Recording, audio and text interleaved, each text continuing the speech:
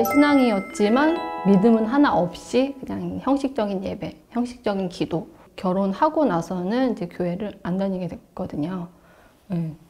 남편도 이제 불신 남편이고 시댁도 이제 불신 시댁이다 보니까 좀 남편이랑 이제 좀 이렇게 잘 맞지 않다 보니까 어렵더라고, 마음이.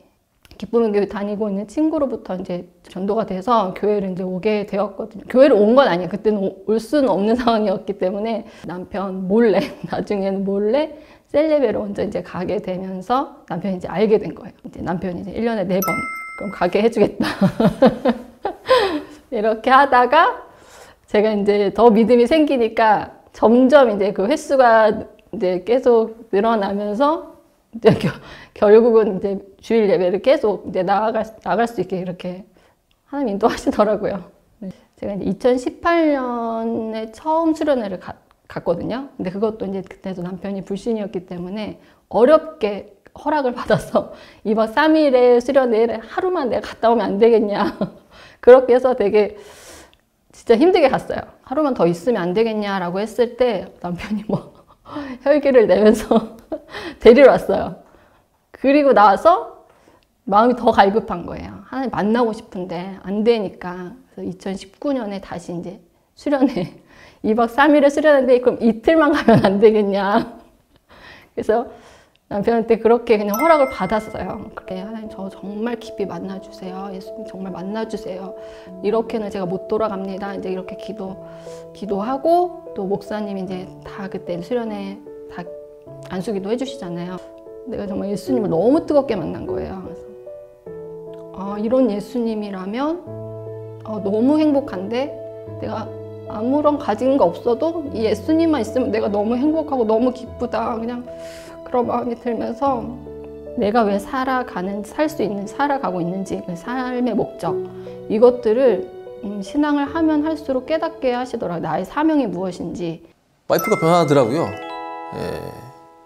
변한다는 게 교회를 이제 다녀오고 나면은 말을 잘 듣는 겁니다. 쉽게 말해서 가서 가면은 얼굴도 밝고 저로서는 손해 볼 게 없지 않습니까? 그렇기 때문에 나쁘지 않은데 이거 이제 와이프의 들었던 신앙 활동을 제가 더 많이 적극적으로까지는 아니지만 이제 그래도 뭐 나쁘진 않네, 나한테 손해 볼 거 없네, 쉽게 말해서 그런 마음이 좀 사실 좀 이게 사람인지라 그런 마음이 좀 들었죠.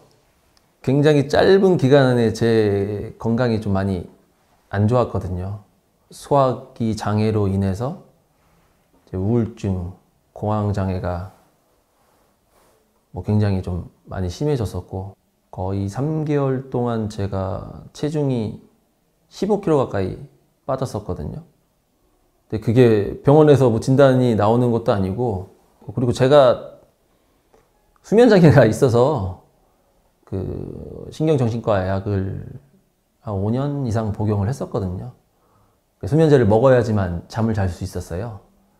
죽음이나 삶을 포기해야겠다는 생각들도 그때 많이 이제 하게 됐었고요. 5년 가까이를 제가 주일마다 와이프를 데려다 주곤 했거든요.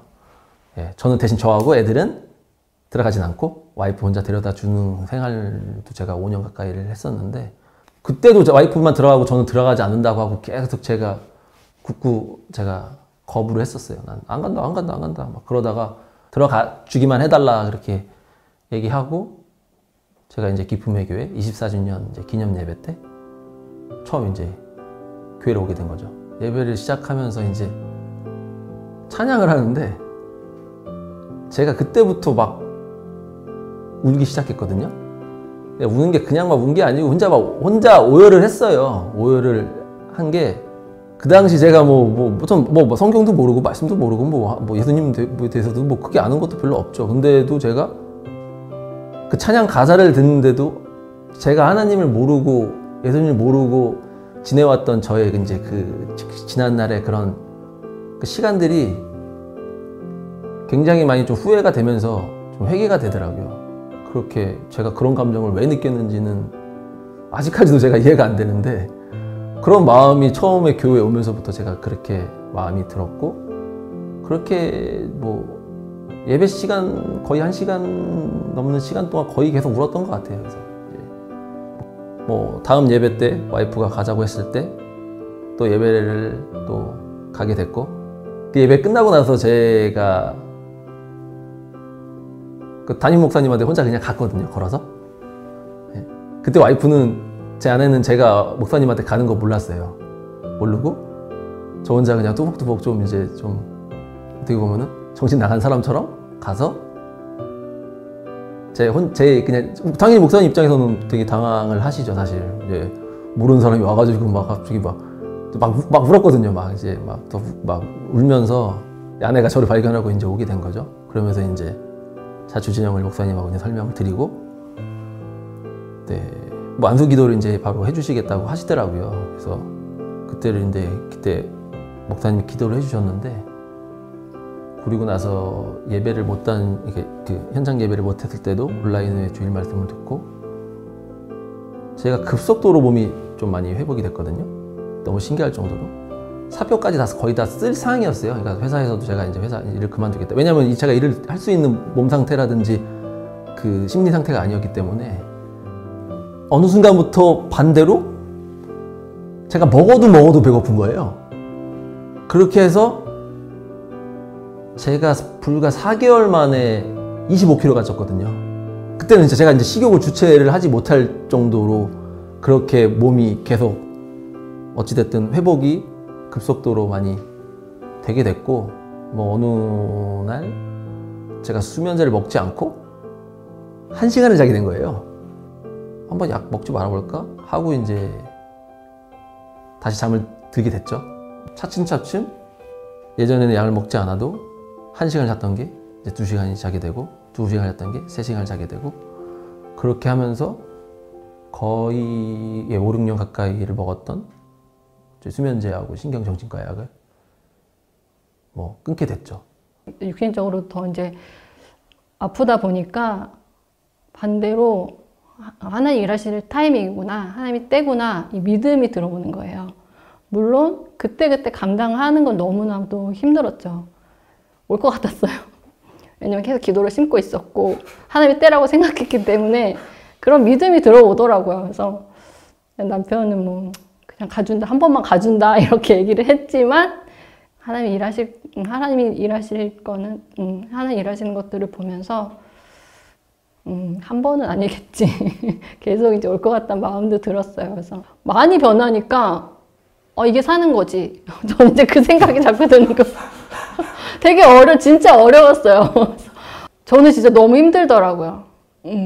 그랬는데, 그러니까 정말 이제 웃음도 너무 많아지고, 그리고 이제 남편이 어쨌든 이런 교회 성도분들에 대한 그런 너무 좋은 마음이 있으니까 되게 교회 자주 와요.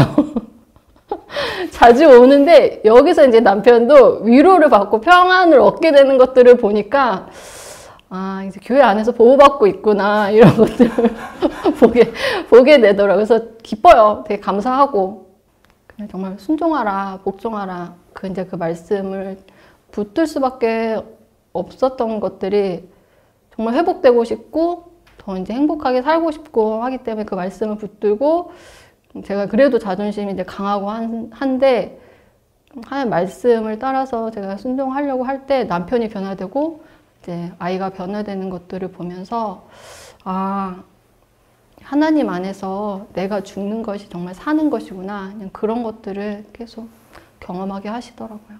지금도 제가 와이프한테 좀 장난으로 얘기하는 게 있거든요. 농담으로. 당신이 기도를 해서 그 기도를 들어주려고 하나님께서 나를 이렇게 좀 힘들게 하셨나 보다. 왜냐하면 그렇게 되지 않으면은 제가 뭐 제 발로 교회에 오겠어요? 지금 와서 생각해 보면은 하나님께서 그렇게라도 그냥 오게끔, 자기 만날 수 있게끔 그렇게 해주셨다고 생각이 들고, 그걸로 인해서 저는 어찌됐든 좀 많이 좀 회복을 하게 됐으니까, 하나님한테도 감사하고, 아내한테도 항상 감사하고 있습니다. 소망 없는 저와 저희 가정 가운데 놀라운 부활을 주신 하나님을 찬양합니다.